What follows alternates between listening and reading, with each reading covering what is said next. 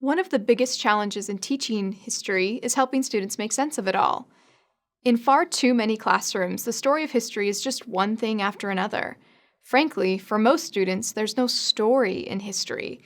It's just a cavalcade of civilization, one empire after another, one event after another, one date after another, one famous name after another. Lots to know, but nothing to do with it.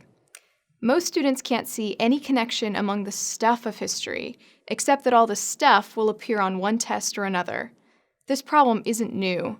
It's long-standing and well-known. You may find that rare teacher who can dress up as Abe Lincoln or sing songs about Chinese emperors, but for the most part, history has a reputation for putting kids to sleep. And it's exactly this problem of disconnect and incoherence that the Big History Project has tackled by using 3 interconnected and explicit approaches: the concepts of thresholds of increasing complexity and shifting scales, and the inclusion of many disciplines. You won't need to put on a show. Big History makes the real world, real knowledge, the most compelling thing in your classroom. Our varied approaches help students make meaningful connections across billions of years of time and vast expanses of space. So obviously, it's important for teachers to understand how each approach helps students make meaning out of historical mush. Now for thresholds. True, we've mentioned these 1 or 20 times already, and for good reason. Getting the sense that we think thresholds are important? They really, really are. The 8 thresholds of increasing complexity offer a narrative of change over almost 14 billion years of time. Altogether, these thresholds tell a story of major turning points in the history of the universe and of life on Earth. Each threshold marks the emergence of more complexity and fragility, a combination that makes the universe and life on Earth far more interesting. When kids become familiar with the 8 thresholds early in the first few weeks of the course, they have a big picture or large framework in which they are able to put all the other course content and concepts. It's like putting all the ingredients on your kitchen counter before you start cooking. Having this framework early in the course and returning to it often has proven to be the best antidote to the one thing after another disease. Continually revisiting the threshold framework helps students connect new content to the big picture, as well as connect later units to earlier units. Some people have talked about this as making horizontal or lateral connections because it enables students to link what came before to what comes after, or, put another way, the present to the past. Now, let's talk a little bit about scale switching. Big History requires students to switch their focus in both time and space. Sometimes students focus their attention on the cosmic scale, other times the global or regional, and at other times the local or personal. It's like changing from a telescope to a microscope, or changing camera lenses from wide angle to close up. Scale switching brings different things into focus.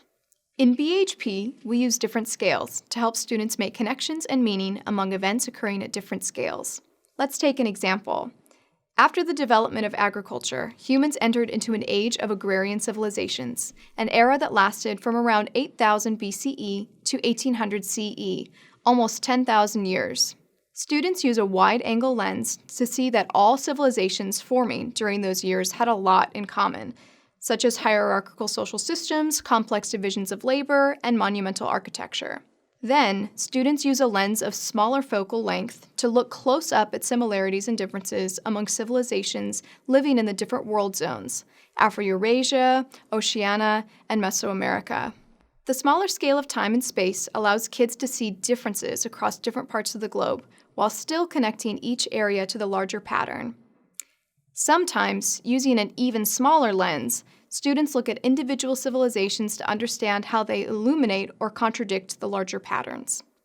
If the thresholds provide horizontal or lateral connections across time, scale switching provides vertical connections between local, regional, global, and cosmic. Explicitly shifting scales offers new insights for students.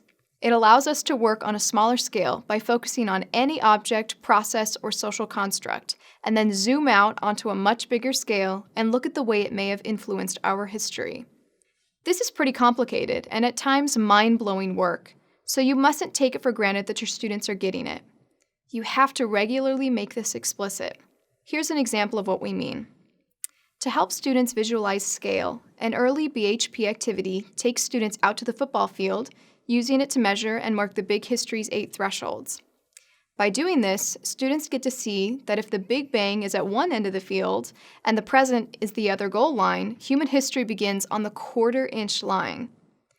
Another activity has students creating a timeline of human history on a 100-foot piece of string, and then using the same length of string to place the major events of their lives.